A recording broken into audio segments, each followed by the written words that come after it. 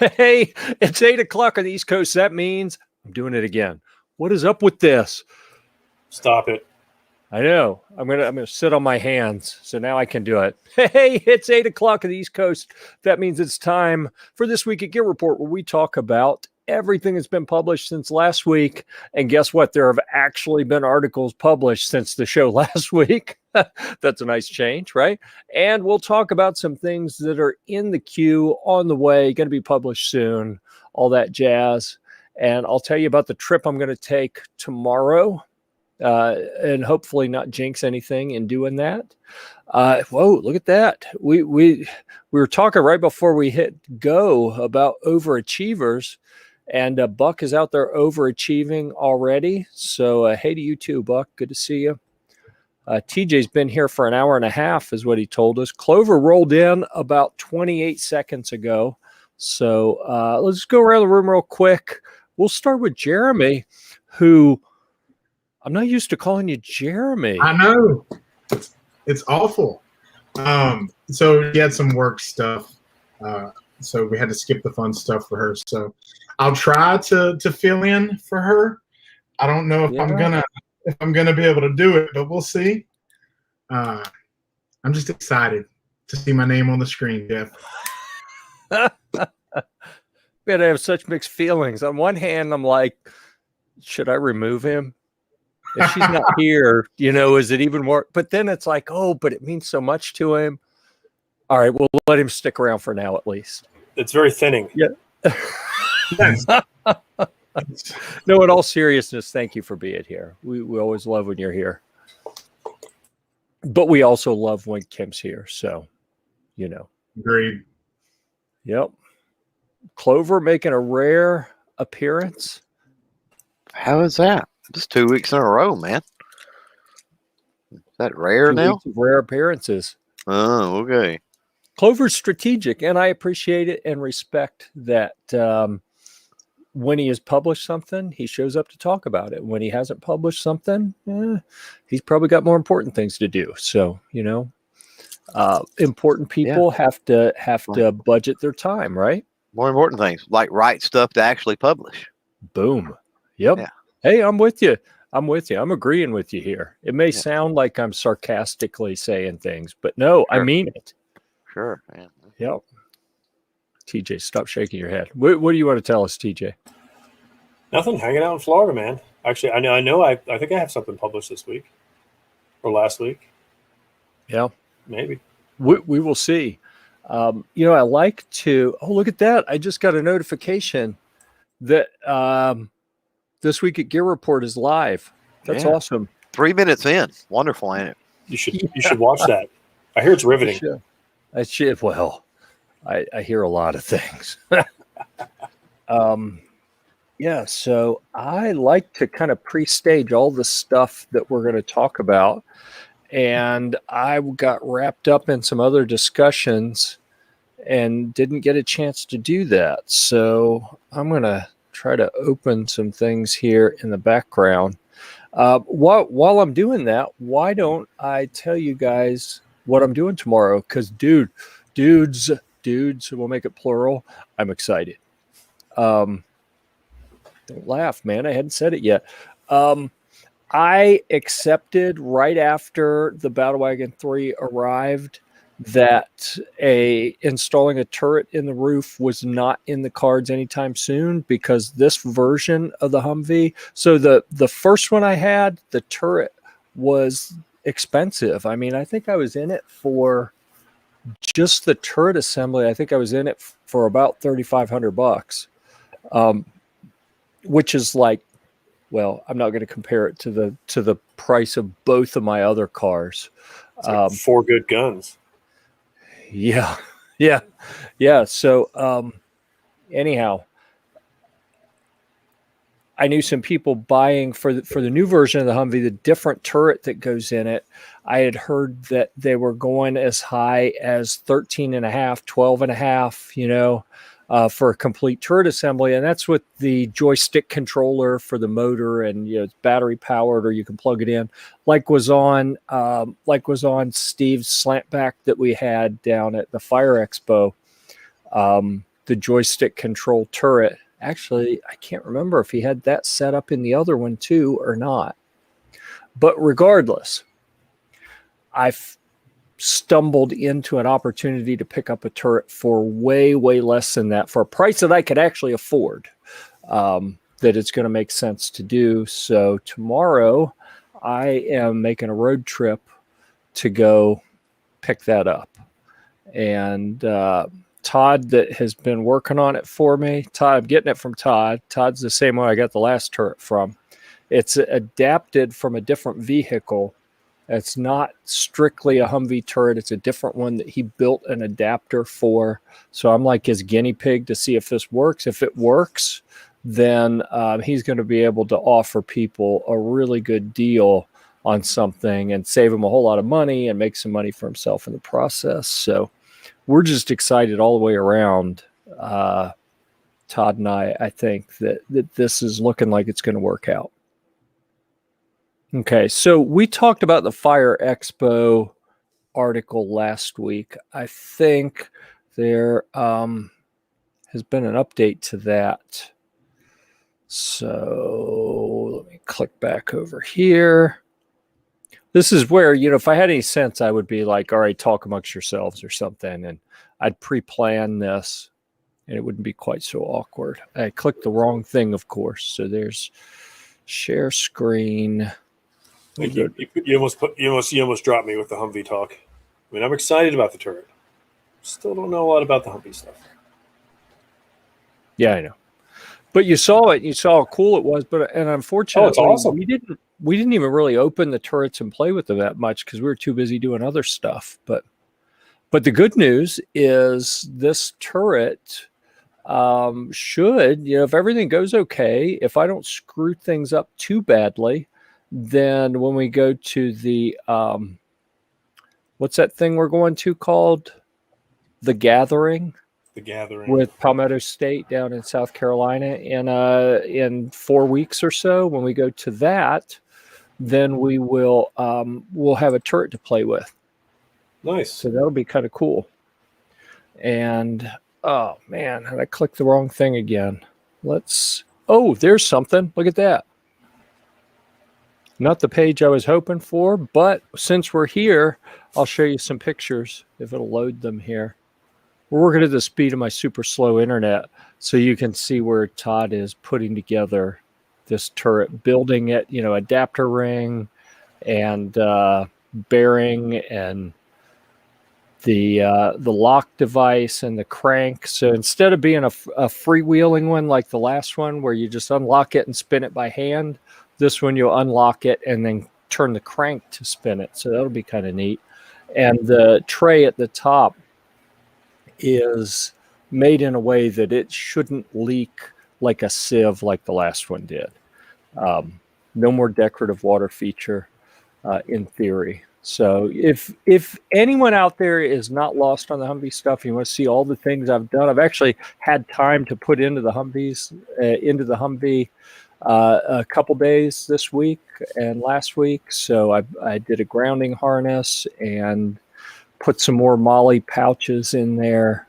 I'm playing with different configurations for that, and put some pictures from Fire Expo of Andy's Humvee and Steve's GMV that we drove around and used for a bunch of videos, and Steve's slant back that we mainly just had sitting there for display because it's a pig.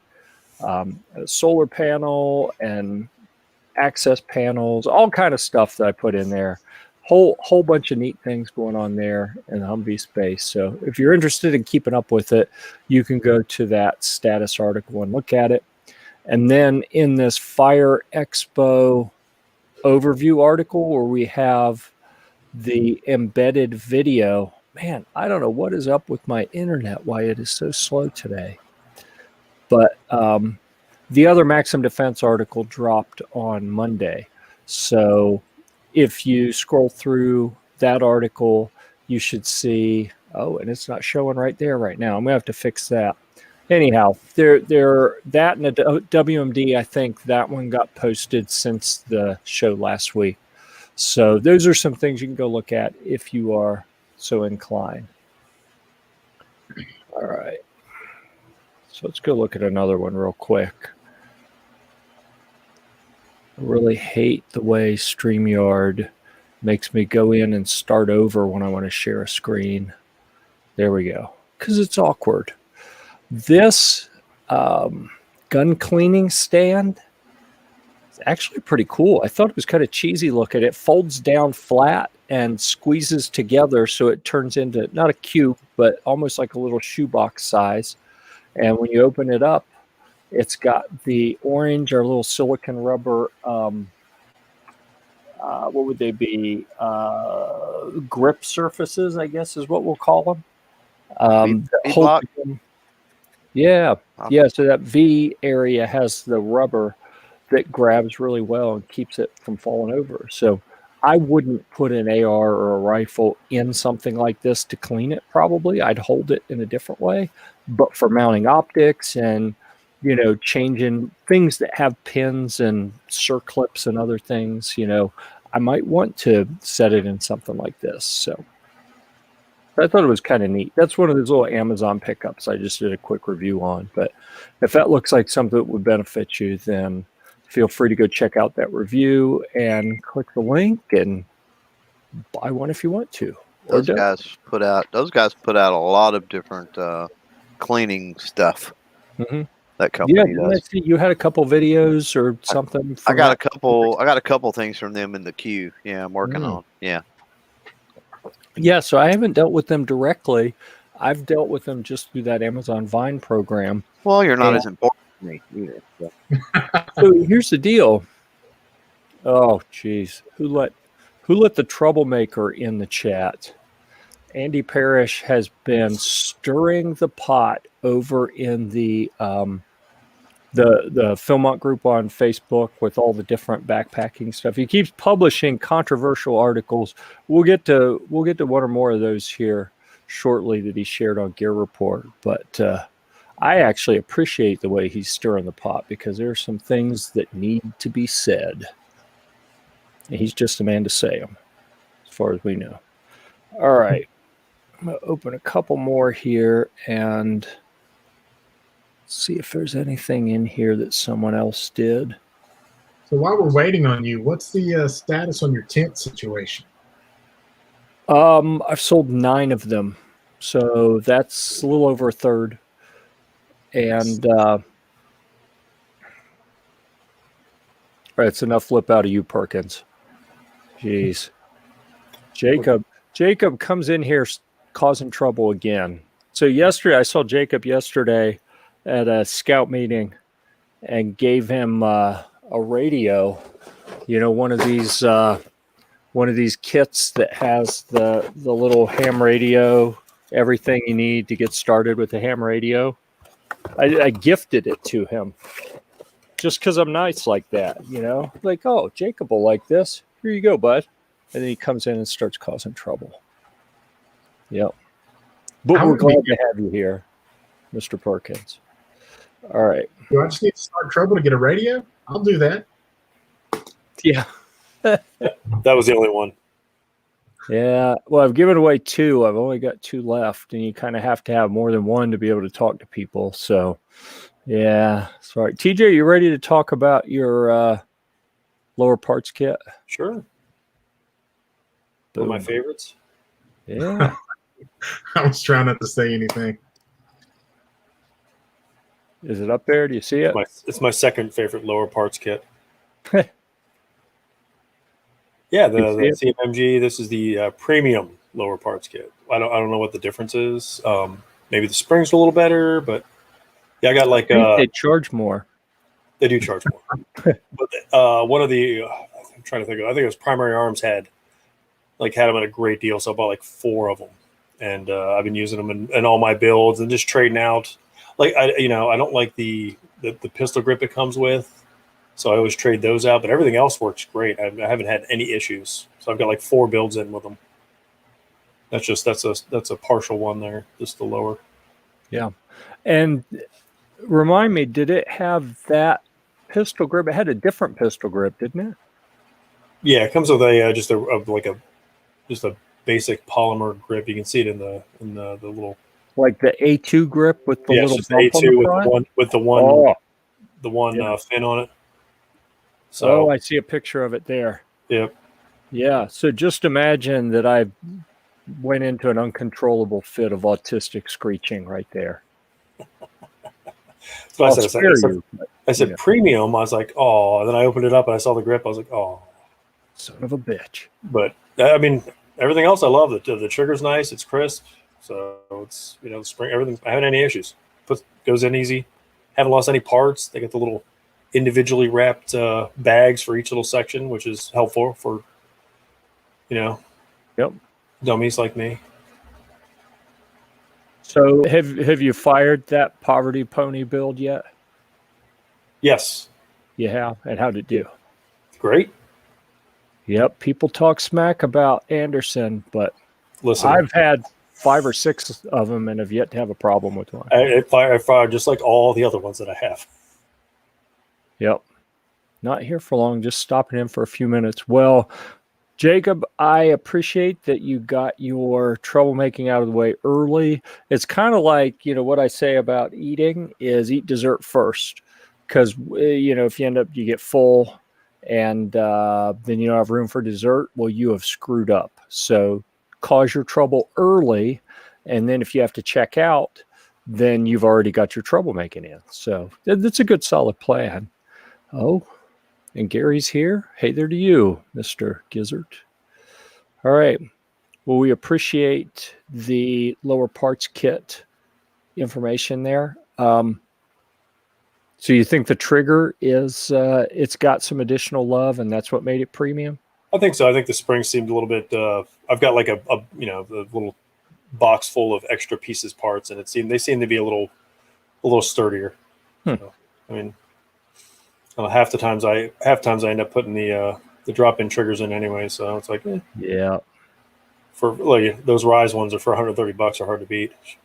Yeah. Yeah, I hear good things about them.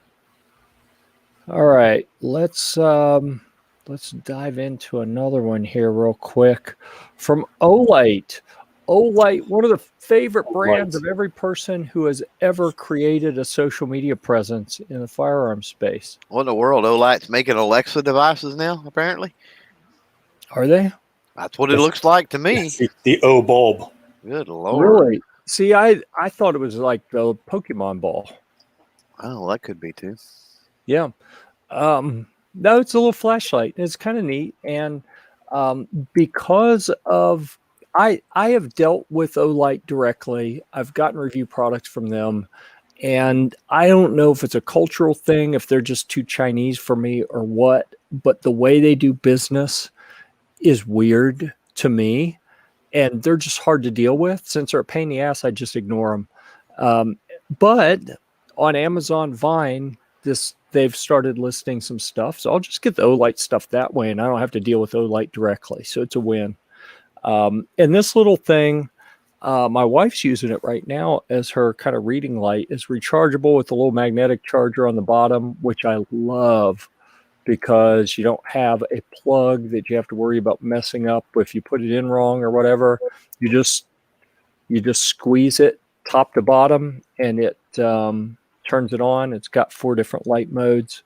I think it's $30 is the retail price on it. I'm not sure I would be pleased if I had paid $30 for it. It's kind of small, but it is kind of neat, and it's magnetic on the bottom, and it works really well. And as with the Olight flashlight that I have, the S1R Baton 2 flashlight, I am annoyed enough with the Olight brand that I want to say bad things about it, but the damn thing just works. And same thing with this. As much as the brand annoys me, the product has been pretty solid so far. So there we have it. So what's the lumens on it? It's all of them. Yeah. I want to say it is 25 and 100, but I may have just made that up. Let me see here. Oh, I wasn't even close. It's at 3.5 in low or 55 in high for the white light. And then the red is 7. And then how does it light up? I mean, because it looks awkward or weird. How does she use it for a reading light? She like hold it in the palm of her hand or something? Well, what she's been doing is, since she's a teacher, she has curriculum books, activity books, where she'll be reading off of a page and typing what she reads. So she sets it on the page in an area other than where she's reading. Okay. So it illuminates that way.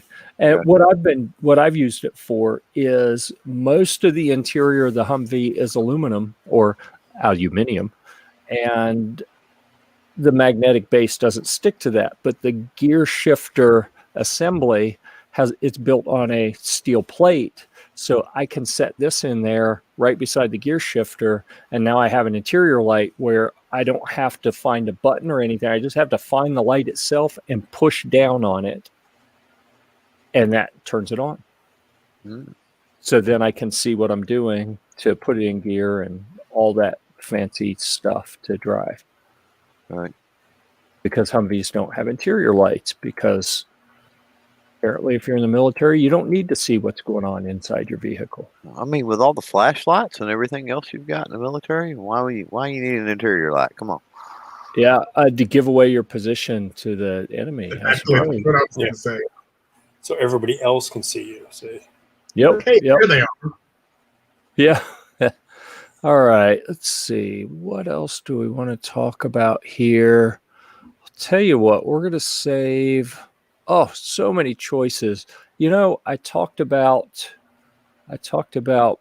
Andy Parrish and his pot stirring, because we're talking about scout oriented articles, so it becomes pot stirring. It might be something else if it were something different, but for scout stuff, it's pot stirring. So this article may seem silly for people who don't backpack a lot or aren't serious about it, or don't do like the intense type treks like happens out at Philmont Scout Ranch, where you're at high altitude and doing long days and carrying a bunch of bulky food and everything. And some people like chairs, and some people like to sit on a log or a rock, and some people will stand up, and you get a whole mix of everything. But the people who get their chairs, man, they get fanatical about it sometimes. It's crazy. So he has an article listing a whole bunch of different options here, and a really neat video that if you got, I want to say it's like 30, 35 minutes, if I remember right. If you have time and to kill and you're interested in backpacking seating, he does a really good job of kind of talking through the pros and cons and reasons why people would or wouldn't use each of the different types of chairs or seat options while backpacking. And I think that's pretty cool. All right. Share screen. I'm telling you, StreamYard people, you've got to fix this so it doesn't take so long to change from one to the other. If you paid for it, they would. Wait, what? You see Andy was down below? Oh, I didn't. How long's he been there? Little pig, let me in. Man, he's stealthy. It was. Snuck right in. Yeah. All right, well, let me bring it back up. You could talk about it. I was watching you talk about it, and I just jumped on, and I don't think you'd notice that I was waiting in the queue, but oh, let's no. let's see what he has to say for it. I saw a little window pop up. I was like, who's that? Oh, Andy's here. I was like, I got to let Jeff know. His background looks like a party every time. It does. Yeah. Every time it has to be a little bit different somehow. It's Christmassy this week. It's a little bit everything. I'm thinking that the last time it changed. Like every time you went off screen, when you came back, it was different. You're too old for those, Jeremy. I know, right? I'm like a child. I know. All right. Is it back up now? There it is. Yes. All right. Yeah, that you were talking a little bit about stirring the pot, and I don't know that it was meant to stir the pot, but I feel like there's these topics that people don't want to talk about or are afraid to talk about. And I'm not too shy. So I thought, well, I'll just kind of bulldoze right into the middle of this conversation and throw it out there. And then I did that with the very next one that we may talk about next week that I'll post too, which is about footwear. But this one on seating, because I think you've got like both extremes in this conversation of people that think, I would never think about going out there with something like that. And then you have the exact opposite, which is I couldn't imagine going out there without one. So, and everything in between. So I thought, you know what, for people that are considering it, we'll just throw it out there of, what are some of the pros and cons if you are considering, and this is great for Philmont, but it's also, more generally applicable to just backpacking in general. I always kind of view backpacking as you have the group that is real interested in being comfortable on the trail, which means that they're trying to go as lightweight as, lean and mean as they can. And then you have the other group that is all about getting to the campsite and just hanging out and, and want that experience to be amazing. So you kind of have, the one group hardly brings anything because they want it to be super light while they're hiking. And then you have the other group that brings huge amounts of gear because they want to get to camp and have a great time. They're bringing, cast iron pots, and they're bringing, steaks and all different kinds of stuff. And then you have the other community that's like, everything fits into a thimble, into a backpack, and that's all they do. So, I thought this was one of those topics of just, does it make sense to be comfortable? Can you do it though in a way that doesn't, kill your weight, how much you're carrying? There's some things on that list that were 1 ounce. Does it make sense to bring something that weighs 1 ounce to your pack that could make a difference in just making you more comfortable? And then everything down to, a couple pounds. Do you really want a big monster chair?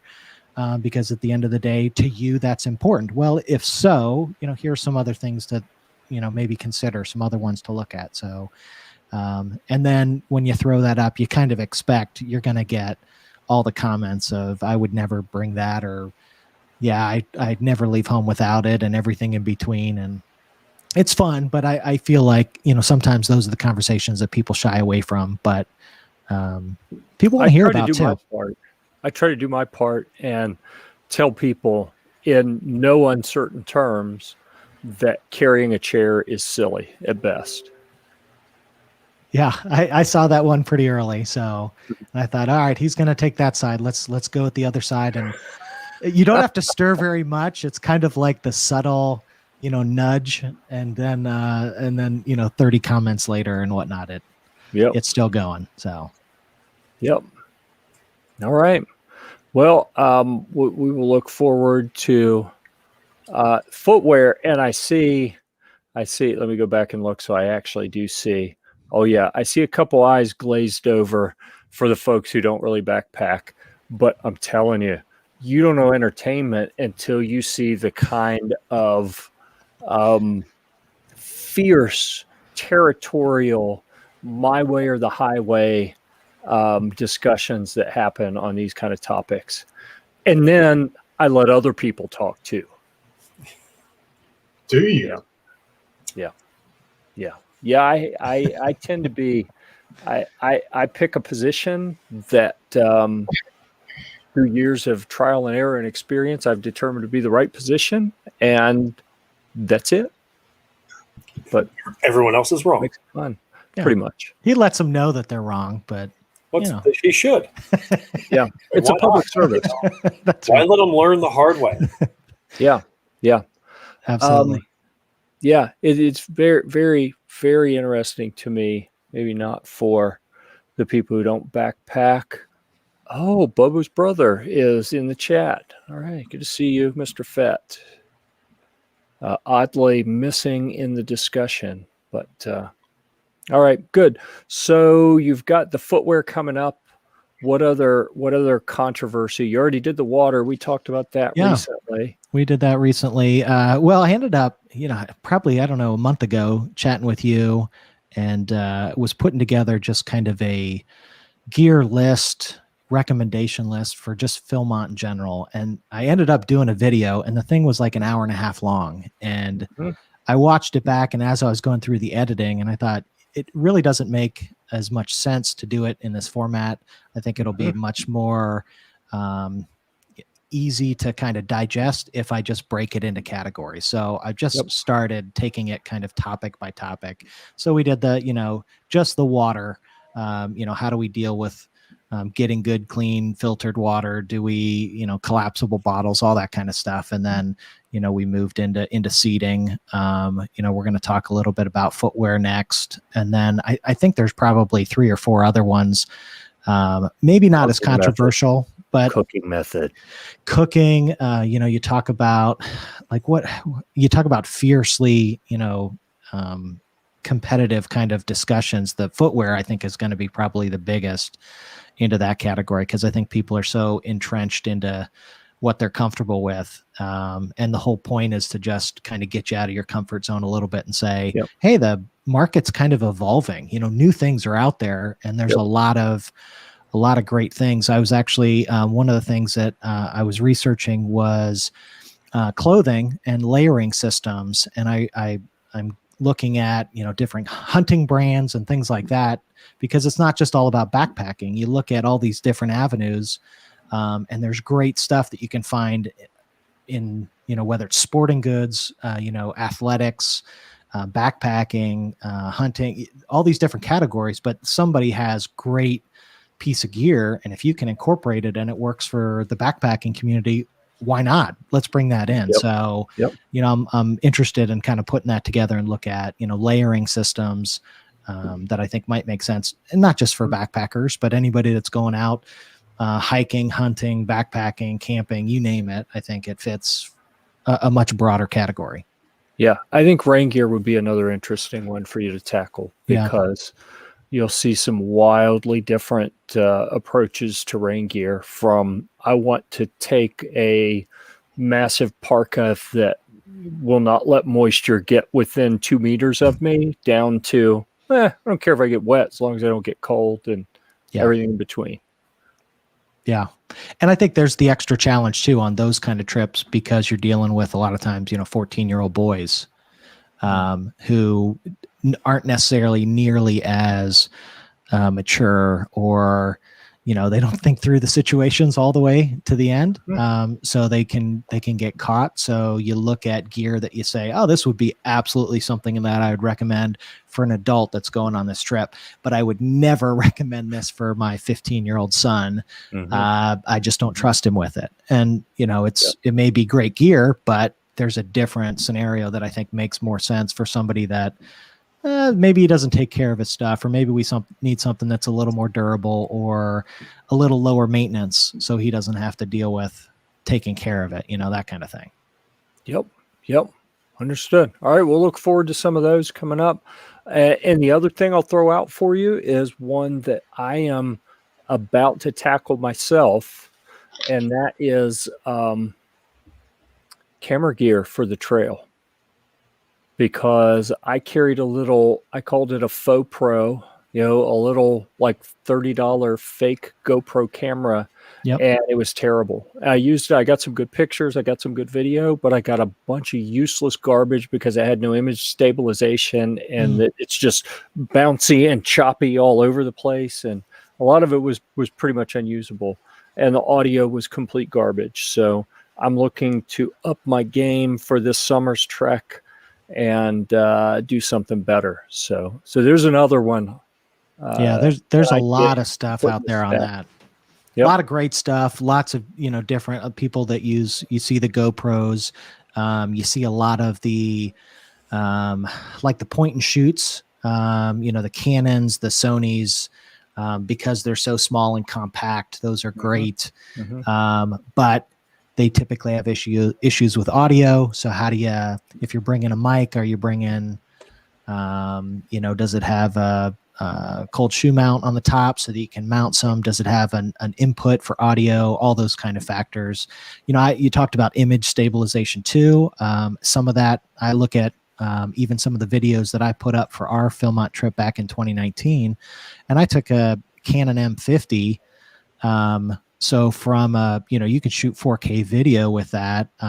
It's interchangeable lenses. It's a great kind of compact setup. It's not waterproof. So from that standpoint, there's some point shoots and there's some other more expensive ones that you can get into, but it's kind of a mid price point. So it's not too bad. But some of the image stabilization issues, I look back at some of that video, and some of the newer software that I've started to use for the editing stuff can make a world of difference. And I'm so tempted to go back even into the 2019 video and re-edit the video, because I can take that, even some of the shakier footage, and clean it up now a lot, because I've just got better software that can handle some of that. So some of that can be camera, some of that can be software and how you pair it together. But yeah, I'm learning. I think I've taken, leaps and bounds, but there's such a deep pool when it comes to getting into audio and video and photography and it's that a black hole. It is. I love it. There's so much to learn about it, but it's, you could spend years studying up on that stuff. So that should be a great video. I'll look forward to that. And I'm going to go ahead and call it one of the Clover Tech posse, DJ Play Nice here. I always love when people join the show and they bring their posse with them in the comments. So thank you, Clover. Are there any cameras you would not recommend? So what I'll say here is this applies to all the things that we do at Gear Report. So we're specifically talking about backpacking, where honestly the big considerations, I think, are durability, moisture, waterproof, water resistant, image stabilization, and battery consumption. Those are the things that seem the most important to me. But those are pretty similar for whether we're going to the shooting range or we're doing a mount on a Jeep or handheld while we're out off-roading or whatever. So, any of the different people here on the panel, I think, probably have similar concerns there. But what I would not recommend is what I took last time, which is the fake GoPro for $30 that had no image stabilization and wasn't that durable. I would say the easiest thing to do that I'd probably recommend to a lot of the adults or even the kids, and I know we don't necessarily recommend the kids taking cell phones on trail, but a lot of times some of the phones that people are bringing have amazing, the ability to capture video. It's the audio is okay. But a lot of them now are, IPX, 6.8 rated. So, you can drop it in a stream and pick it up and it's going to work fine. So you don't necessarily have the issues. When I was in Philmont and we hit rain, I put the nice camera away and took out my cell phone and filmed the next 2 hours with my cell phone. So I think that's the go-to. And I tell people start with that, because I think the cameras have come so far in such a short period of time. It's actually some really decent shots that you can get using nothing but an iPhone or Samsung Galaxy or something like that. Yep. All right. I want to speak on that just a second, because photography is kind of one of my passions that I do on the side. And so to DJ Play Nice, you don't have to have the best out there. When I started with a Sony a6000. And some of the shots that I got with the Sony a6000 and just the factory lens are still to this day some of my favorite pictures. The a6000 is tiny. It's the best-selling camera in the world. It's sold more than any other camera for $400. What makes it great is it's a mirrorless system. The reason a mirrorless system is amazing is because you see the exact photo and all the adjustments that you make right there in the viewfinder. So it's not a guessing game. You're not shooting through a glass viewfinder and then hoping you can get something good to edit. So when you change your shutter speed or your exposure, you see it right there on the screen. They make waterproof cases for them for $40. So if you're trying to get into it, a Sony a6000 is phenomenal. If you want to move up, you can get a 63 or a 65. And you could shoot weddings with that thing as soon as you learn your angles and things like that. So you can make it as expensive as you want with interchangeable lenses.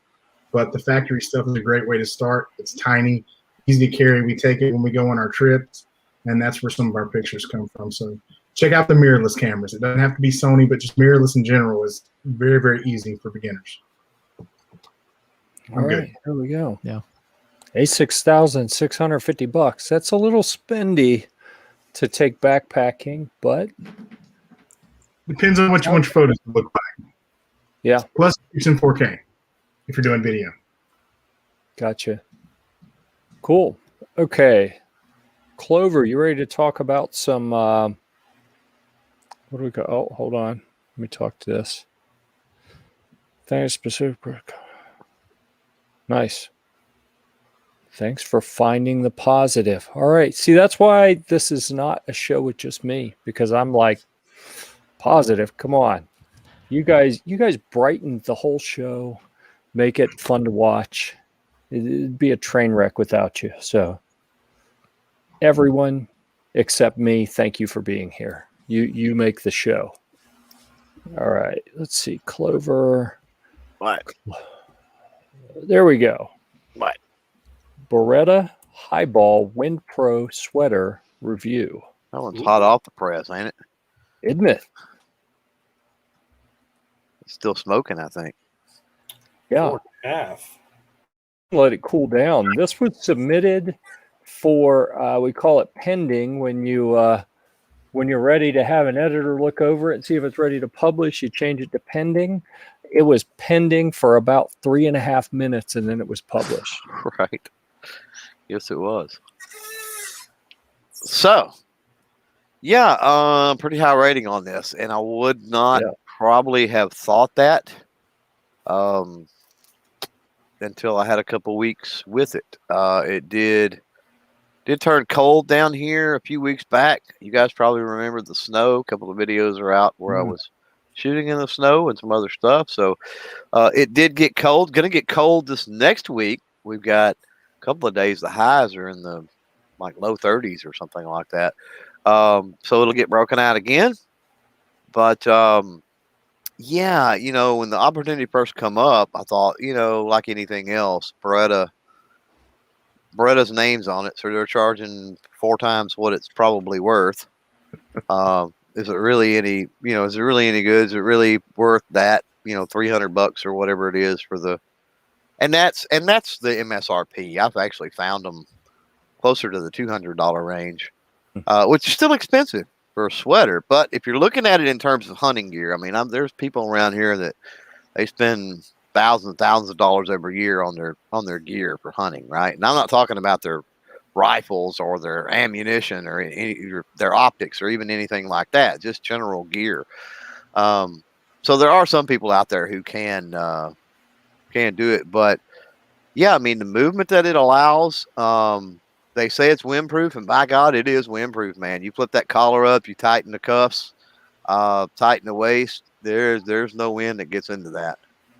And then the waterproof, it does use a waterproof coating that has to be renewed from time to time. I've yet to do that. I need to order some of that, what do they call it?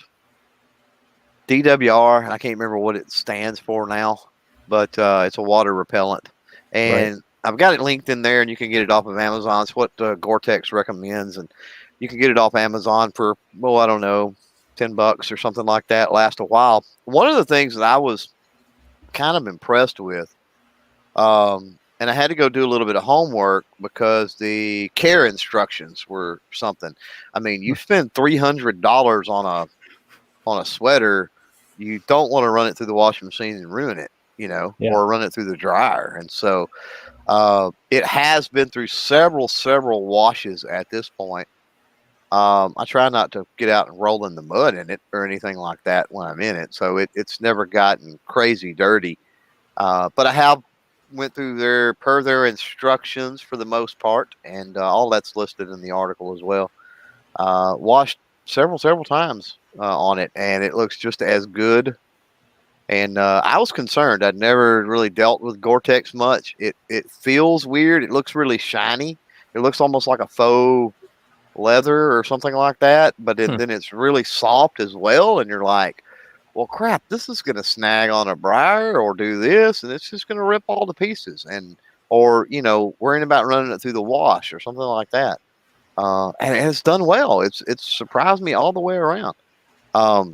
If it stayed cold enough, I would wear the thing year round. I think I would. So everyone can see where I've been following along in the video, right? Yes. I hope. Yeah. Yes. Good. So what's happening right here? Break time. He's guarding the pot of gold. That's what's happening. That was break time. I'd been walking through the woods and I was frustrated because a lot of that footage, the angles with the sun and a lot of the other stuff was crazy. And that bright yellow freaking beanie or toboggan is what we call them around here. I know a lot of people don't. Man, that thing was giving off some glare like I had a chrome dome or something and screwing up the shots. And so I was a little frustrated when I sat down there. So that's a neat camo pattern. Do you mention what they call that, or? You know what? I don't think I do. It is, it's kind of proprietary to them, but I can't remember really neat. Looks like the way Caleb, our hunting editor, Caleb paints hunting rifles with sponges. Really, it's more like a Cryptek or an ATAX.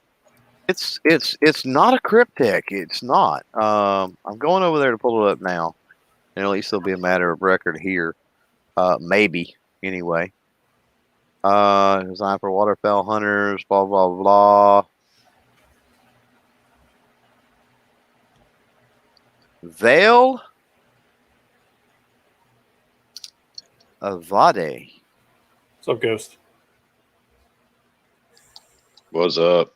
So, whatever that means in Italian, I guess. Yeah. Veil camo, VEIL. Veil Avade camo. So some Gucci flush. That's it. Thank you, Honcho, for that. Yeah, it is though. It's kind of a mix between a digi camo and a cryptic. It's kind of like you mixed them together almost. Yeah. DWR is durable, weather resistant. There you go. And I think that I think he meant Scotch Guard instead of Scotch Bright, but yeah. And I think it's not the same, but it's close enough for this purpose that you could probably say it's in the same neighborhood. It's at least accomplishing the same thing. I couldn't remember the durable part, but knew it was water resistant. But yeah, the durable means that it will last several washes and everything else and won't just wash out. Cool. All right. So everyone rush out and buy one of those, and be sure you tell the Beretta people that Clover sent you. Yeah. Yeah, we appreciate you Use sharing that. Use your stimulus money. There you go. Oh, have we gotten that? Oh, if you did last year and you still have it, but of course most people probably don't at this point. I'm one of the rare ducks that put all mine in the savings because I was conspiratorial that when I did 2020 taxes, they were going to go, oh, we want that back, or oh, we're going to, you know what I mean? Yeah. So I hadn't touched it. And they may still do that. You never know. All right, so I'm going to speak to this one real quick. Jason, I know, wanted to be here to talk about the USB heated vest review, but he is in his office. If I'm not mistaken, from the message I got from him a while ago, he is in his office right now at 38,000 feet or whatever altitude they fly at these days. And that would be his office behind him in the picture here.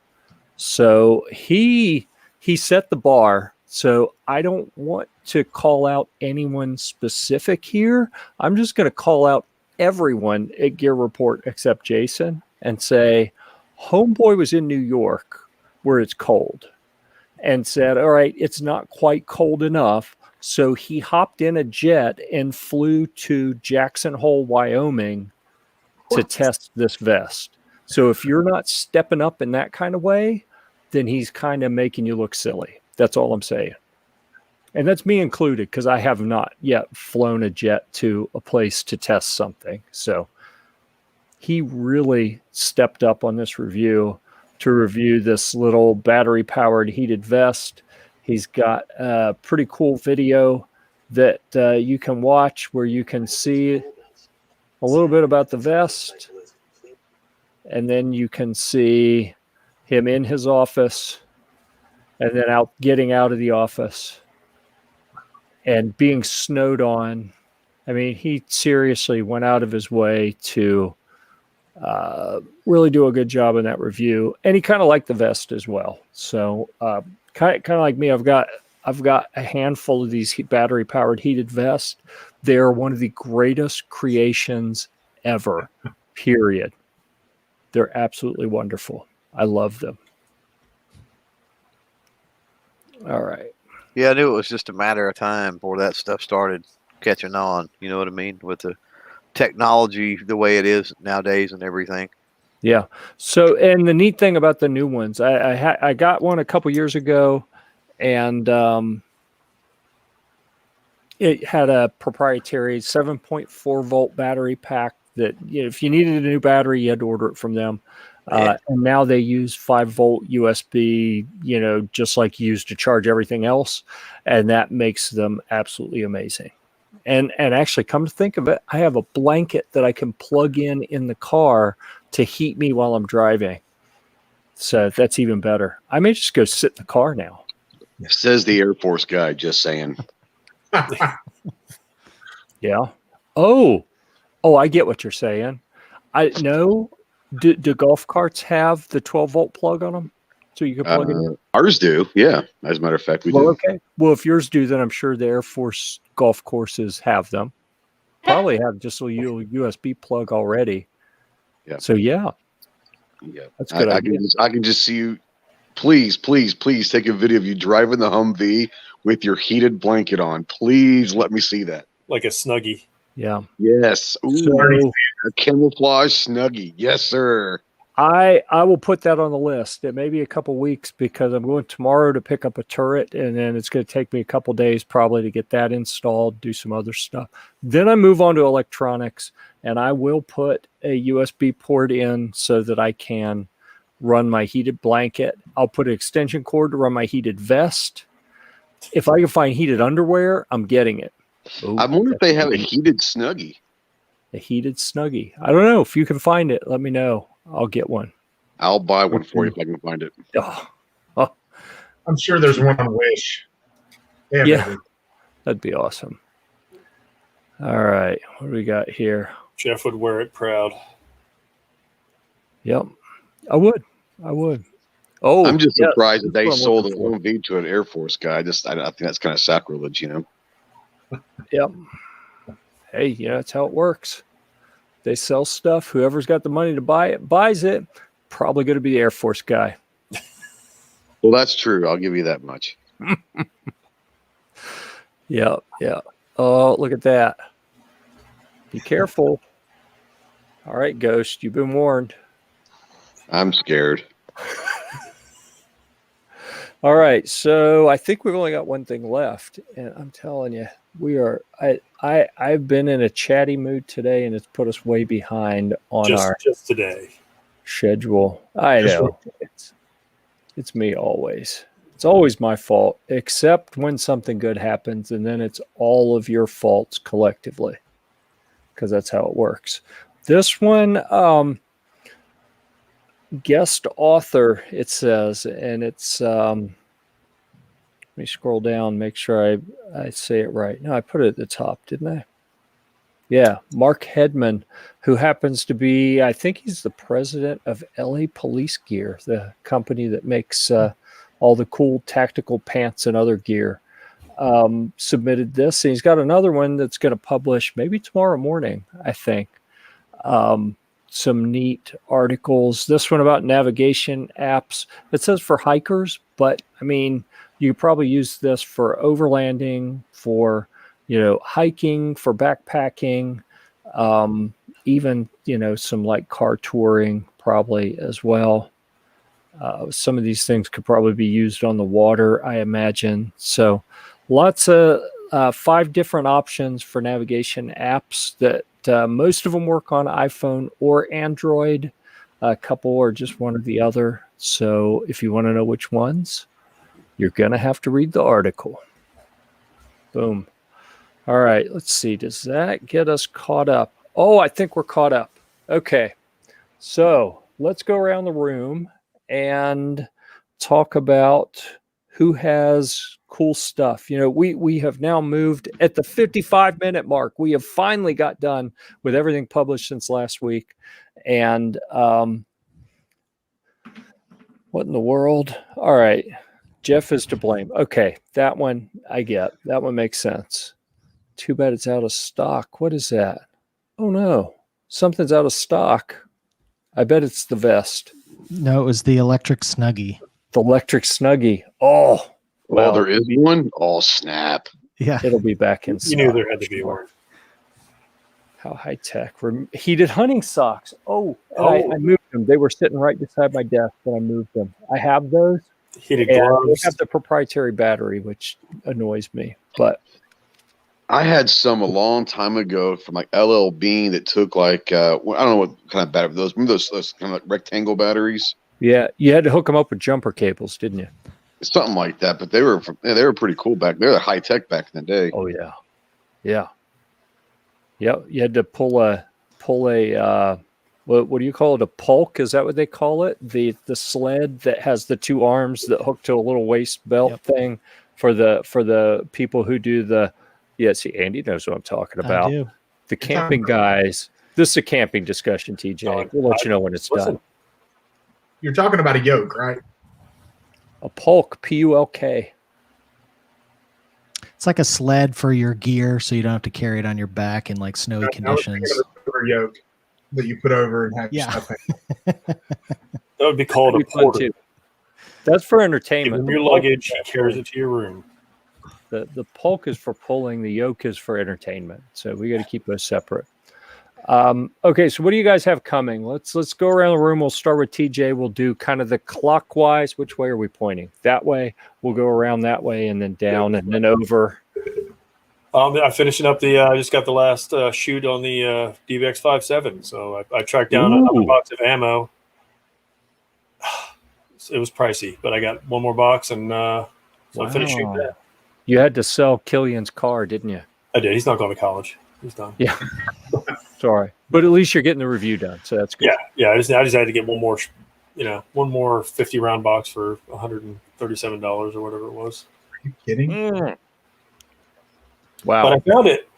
It was a couple weeks. Me not, every day I check, and I finally, boom. You didn't think to send Cody a note, say, I'm sure brother, I need another box. I'll just drive up there. Yeah, you should. If you just show up and hang around awkwardly until they give you Awkward ammo, enough. With the plague mask on, wander around the outside of the building. you could. Yeah, recommended? Who knows? Doable? Yep. Would it get you ammo or arrested? Either way, Probably it's arrested. fun. They're like, how are we going to get out the cheapest way? Just call the cops. Get him out of here. Potentially. Yep. Yeah. All right. Well, I am looking forward to that one. That'll be good. I'm anxious to see that, and I'm sure they are anxious to see it as well, because you're one of the first people in the world I know. to get that. During this great ammo-geddon we're in. It's Yep. It's been fun. Yep. Cool. All right, Jeremy, what you have? So, we've got some camping gear to review, but it's just cold as shit. So it's not fun. So what we're going to do for Valentine's Day, we're going to go on a little love weekend overlanding trip in South Carolina because it's going to be a little warmer. So I think it's Mays Ferry. Is that where we're going? Yeah, I'll just pretend she's in there. So we're going down through there just for the weekend. So we've got some lanterns, we've got some utensils, we've got a little bit of everything camping related. So we're going to try to knock out some of those reviews. And, then when we come back, we've got a much bigger trip planned down the Georgia Traverse sometime in March. And then we're hoping this year to get out to Big Bend, Texas for a big trip. So, Oh, my. yeah, we'll see. Unless my job gets Maybe the Rona will uptick again. Hey, yeah, there you go. Let's wish that on the world. Yeah. I don't know. It doesn't matter down here. We don't care. Yeah, that's a good point. Same here. We had the Super Bowl. Everybody's complaining about it. I'm like, whatever. You can leave. Go home. Oh my goodness. Ammogeddon. Yeah, it's the first time I'd heard that one too. So that was a good one, TJ. It's in the article. Oh, Trademarked. I'm gonna trust you on that. Clover, do you want to talk about the What? avalanche of stuff coming? Yeah, I don't know. I'd have to go even look through the list. I know that we've got one on a pistol case from our buddy AJ over there at Cedar Mill Fine Firearms that I think you've already got scheduled. So that'll be a quick review. I mean, it's a pistol That'll case. drop at 8:00 Eastern. The time zone, Eastern time zone tomorrow morning. And so just finished up on that Rock Island Armory 22 revolver. Finished that one up, so it's pending. So next few days on it. I was able to knock out 3 today. Hopefully can get Nice. 3 a day for the next couple of days. And as long as Jeff don't get overzealous with dropping them and put them 2 or 3 out a day, the whole point is to try to get ahead. But yeah, we talked about that Rayseek cleaning rest or whatever that you showed earlier. So I do got a silicone mat and a shotgun cleaning kit from them. I've got some rifle rests and pistol rests, several things in the queue, and then just got in the other day a Ghost Mike can help me out with this because I don't have it in front of me and I can't remember the name of the company, but just got in. I think it's a Range Tech shot timer. Works Bluetooth through your cell phone and everything. Ah, interesting. The one from Riley and them. Yeah. Okay. Riley. Yeah, I think it's Range Tech. I think it is. Yeah. And he's gone. Oh crap, he's back. Oh, Range look Tech. here. There you go. That's it. Yep. That is it. I'll be interested to see what yours looks like because mine, I got this from Riley at what was it called? Ballistic Summit. Not this past one, but the one before that. So it's been a year and a half ago, or a little over a year ago. And he said that they were still putting them together by hand. It was a very manual process at that point. Yep. Looks real similar, man. I was hoping that they had evolved the process and come up with something a little bit more efficient by now. And, not necessarily to the point that it smells like, sweaty children, but at least not making them sit in rooms, soldering and putting things together for hours at a time. Well, depending on how well it works, I mean, for the price point that it is compared to other shot timers are not cheap. And so for the price point on that and it all being made out of Colorado, it's pretty cool that they can do it for that. Yeah, I played with this one just a little bit, and unfortunately I just don't do that kind of shooting that much. So I kind of felt bad taking it from him, knowing that I really wasn't going to use it that much. But he had promised me one since SHOT Show last year. And so it come up in a conversation, not with Riley, but with Jacob. Riley had promised it to me, and with Jacob the other day, and I said, "Hey, is that the shot timer that I've been waiting on for like a year now?" And he's like, "Oh snap, I didn't know. Yeah, we'll get you one." I'm like, okay, so it came the other day, and I turned it on in the car, and it beeped, and it annoyed my wife, so I shut it off, and I hadn't played with it since. But I will get out, maybe even in the 20, 30 degree weather, and play with it a little bit. You're braver than me. Ooh. All right. Let me show you guys something before Andy gets his chance. All right. Is it up there now? Plague mask. There it is. Yeah. Plague mask. There we go. Plague mask always freak me out, man. I'm just saying. Wow. Yep. Y'all know why they were that way, right? You know why they were designed with the bird beaks, right? Didn't they stuff something in it to cover up the smell? Yeah, because of the smell, right? And they put flowers and herbs and different things in there so that it covered up the smell. Exactly. Pizza. Man, put pizza in there. That'd be awesome. Yeah. Modern times, sure. Yeah. All right, Andy. You already talked about was general stuff you have coming. You want to Yeah. regale us with something new that you haven't mentioned yet?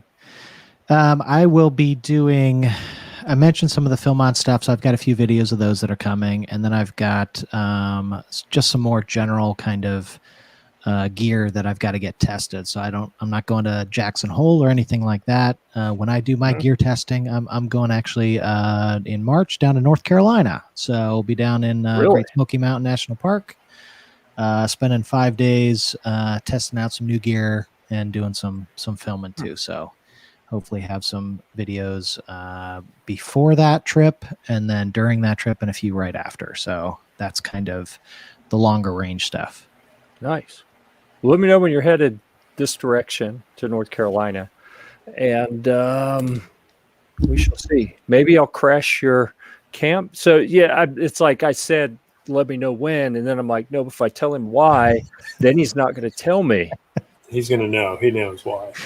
Yep. He knows. I'll just tell him somewhere. Yeah. Yep. Give him an address. Well, but out towards that area, Pickles out there are one of our camping guys, and Joe Rickliffs is out that direction somewhere. So we have cool camping people out there on that side of the state. It's just the weird ones here in the middle of the state. So there we go. Well, thanks. We'll look forward to all the new stuff coming out of that trip and others. And Ghost, you want to tell us about? I don't know if you have any reviews coming, but I know you got a new show that you probably want to talk about, right? No, not particularly. We're not at that part of the show yet, are we? We always do the self-promotional piece last. Sure. I have a new podcast starting tomorrow being published. It's called the Jarhead Podcast. So there you go. There's my plug. No, man, I've got so much stuff that I need to do articles on. It's sickening, and it's frankly, it's embarrassing. So I came on here knowing and expecting to just be thrashed by you guys. But it's been a while, so I apologize. But the good thing is for the next 9 days, the high's not supposed to get above freezing at all, like lows in the single digits. So I'm thinking there might be some time for me to sit behind a computer and do some reviews. So wow. But I'll tell you one thing that I'm really looking forward to doing a review on is I got sent Jeff knows him, but JMA, he shows up in the chats a lot. He's starting to sell hiking and I don't want to say go, but get home bags, not survival, but more like hiking stuff. He sent me a bag, and it's got different kind of foods. It's got solar USB chargers. It's got fire starters, all that stuff. And so I've been kind of messing with it.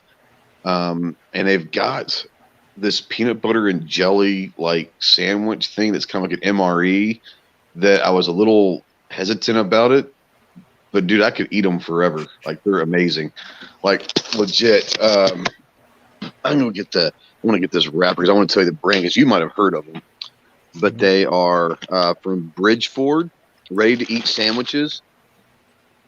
And he sent me one with beef with barbecue, and he sent me one peanut butter and jelly. And these things are like really good, really good. But yeah, he sent a whole bunch of stuff. So I don't know if I'm gonna do it into one article or a bunch of different smaller ones, but it's a pretty cool little. I would say you probably take it for like a 2-day hike. Probably get you enough food and water and all that stuff. I mean, a 2-day hike and all that. So that's kind of cool. But yeah, that's I've got that. I've got some firearm stuff coming down the line. I've got a Safariland holster. I've got to do something with. I've got a bunch of stuff that I need to write articles on, and I'll hopefully get some of those done the next week or so. Well, any kind of food that on the package it says shelf stable, it's the good stuff, right? Dude, I'm telling you, I was like really surprised. I'm like, this looks terrible, but it's really good. Ooh, they make jalapeno cheddar cheese spread for MREs apparently. Okay. Yeah, I don't know. He sent me 2 packages. One with barbecue beef with barbecue sauce, and the other one's PB&J, and they're pretty damn good. Awesome. All right. Well, thank you for sharing that. Thank you for coming back. Frankly, TJ was like, "Oh, hey, Ghost is here," and I was like, "Who?" Oh, Yeah, I get that. so I get that. it's good to have you back, man. My Remind wife me says that all the time. Who? Yes. Oh, you live here. That's right. You live here. Yep, you're the guy that I have to coordinate my boyfriend's movements around. No, she doesn't have to. But That was her saying that, not me I'd saying. rather Olight. I'd rather not commit homicide, but yeah, it helps. Yeah. All right. So we covered what's been reviewed. We covered what's coming. And we talked a little bit. Ghost has got a show coming up. Anything on your other channels that you want to call out? Jeremy, Clover, Andy, anything like not Gear Report you want to promote? Well, we got some trips coming up, so we'll have videos of that.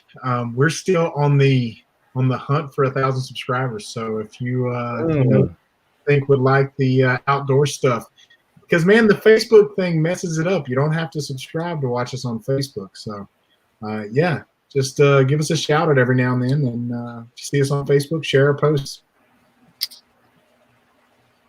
so that we can grow up to be big and strong like Gear Report and Ghost and Clover. More like Ghost, I think. Ghost is the one who's running away with the title here lately. So we all got to play catch up now. You know how much money it cost me to get that many subs? I mean, an enormous amount of money. Yeah. All right, Clover, you have anything on your multimedia empire that you want to talk about? No, not particularly. Been dropping videos, Tuesdays when I remember. Good Lord, almost forgot yesterday, and last week I did. And then playing around with Tuesday, pretty good day to drop. Last year, Saturday was pretty good, and then all my analytics said Friday would be good because Saturday started waning, and then Saturday that hadn't worked out, and so I played around with Sunday this last time, and so who knows? Sometime between Friday and Sunday will be the other drop, and then we got the nerd chats on Thursday night, of course, and then the kind of the Monday free for all that goes on live. So yeah, that's pretty much it. And yeah, remind everybody, don't forget about the Gear-Report.com Patreon page. Oh, because you always forget that. So I'll put that. Forgets it. I know. I'm not good at telling people to give me money. Maybe I should be better at that. But I could buy more subs and be like Ghost if I would push the Patreon better. Yeah, buddy. I could afford a razor if people would give me more money, right? You talk about ways to give you money, right?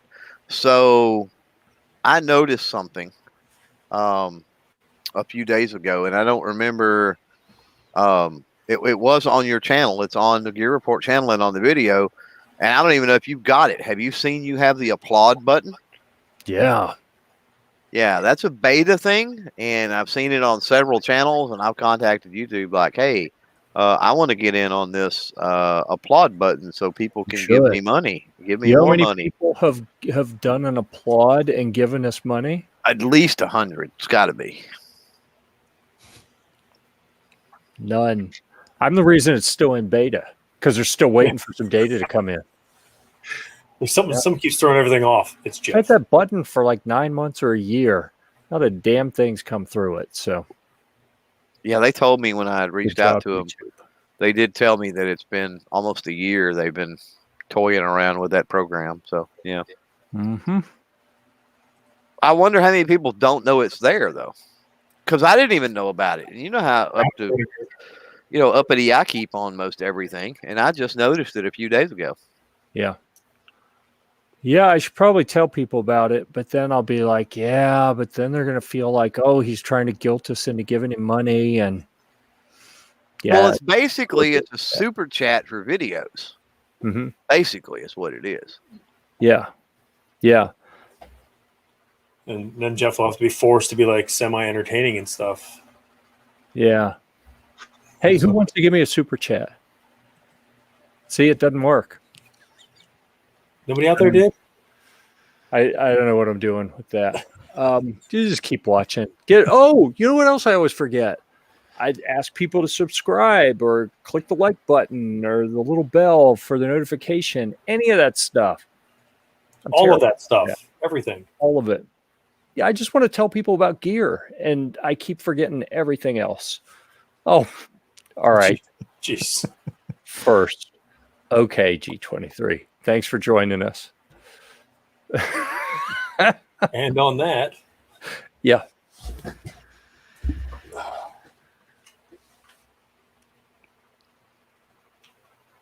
Oh, I have to say something, don't I? Yeah. Yeah. I was like, all right. I didn't know if anyone else was going to promote something. So we've got the gathering in South Carolina. Is it March 17th to 19th or 17th, 18th, somewhere in that neighborhood? If you, hey, that's a deal, right? Yeah. Okay, go ahead and do it. I'll owe you. So they only gave us so the gathering, they're making media pay to go and work this event, which I'm so upset about. But about this I was able to use TJ's influence, and well, I'll be honest, it was probably Caleb's influence, but you know, nothing against you or I, TJ, but Caleb's influence to get us 2 free passes. So TJ and I are going to that. And if Caleb goes, Caleb's like a celebrity, so he will get in as well. If anyone else wants to go, you can come. I'm afraid they're going to make you pay to get in unless Caleb calls Chad at Palmetto and says, hey, we need more passes, because he's the only one that Chad likes, I think. So anyhow, but we'll have the Humvee there. We'll have the one of the big tents, probably. I don't know which one we'll take. I'm debating. So we took the 14x15 to the Fire Expo. I think we may take one of the big daddies that is 18x25. Awesome. So it's like a 20-man tent. Perfect. Please make a video of you guys putting that up, because I really want to see that. Just seen us taking it down last time. Time lapse, maybe. Exactly. My fingers still have an indent in them. Oh, yeah.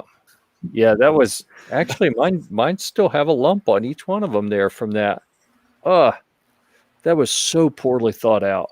At least you had the sense to pull your hand out of the pinch area. I just sat there screaming, help me, help me. There's only 2 freaking people there. Who's going to help? Yeah. TJ to the rescue. Extricated himself and then got me loose.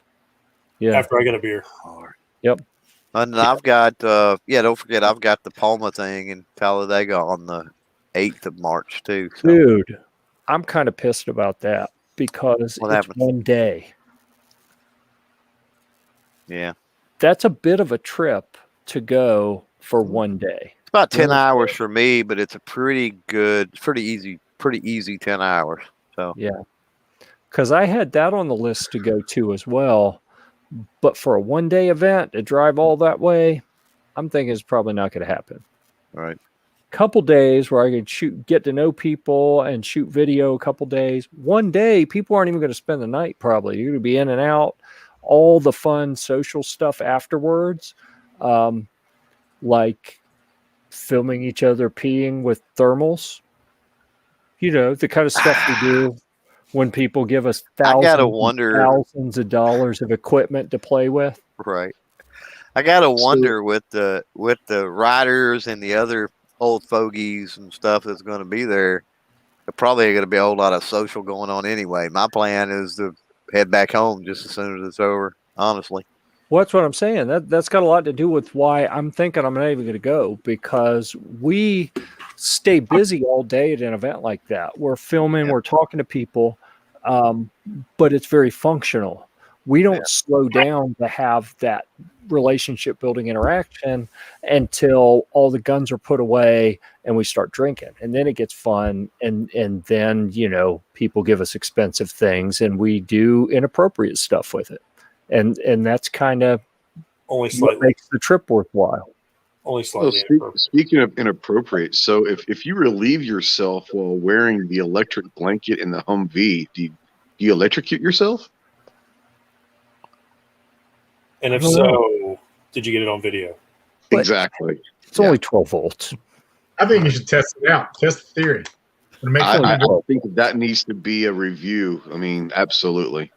Yeah. you're getting older. It could happen. Hey, all I'm saying is I haven't Depends. seen a super chat yet. I tell you what, I'm going to try to find him some USB heated Depends diapers. That would be awesome. Those sound convenient and comfortable. Somebody's looking for them right now on Amazon. Oops, I pooped my pants. See, here's a little. I'm going to give you a little insight into things that happen. I'm not saying that it always happens, nor am I going to say that I personally did it, but Marines have been known to be issued diapers when we're downrange. Saying. Yeah. You're waiting for my surprise look, aren't you? No, I'm just throwing it out there. That's just something that most people don't realize. A lot of people actually do wear diapers. There might be a couple of days where you literally just have to go do your thing, All right. I think that is a great way to wrap up this show. Yep. So I could kill the chat with just the diaper story, huh? Yep. All right. Well, it was a good segue to remind everyone that the Jarhead podcast will be firing up here shortly. Brand new.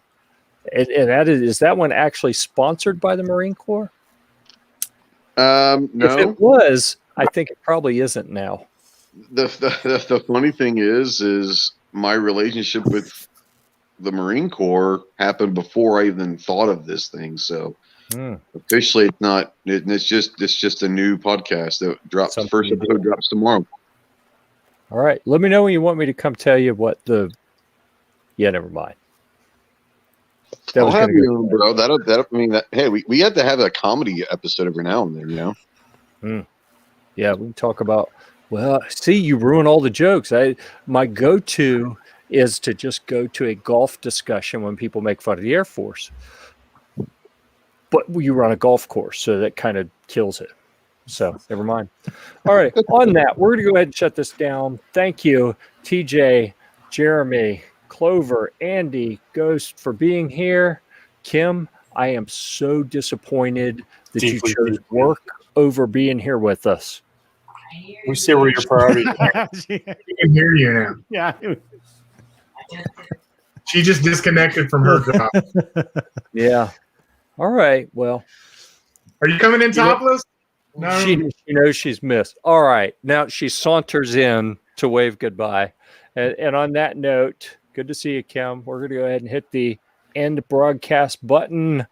Until next time, we'll see you at the range.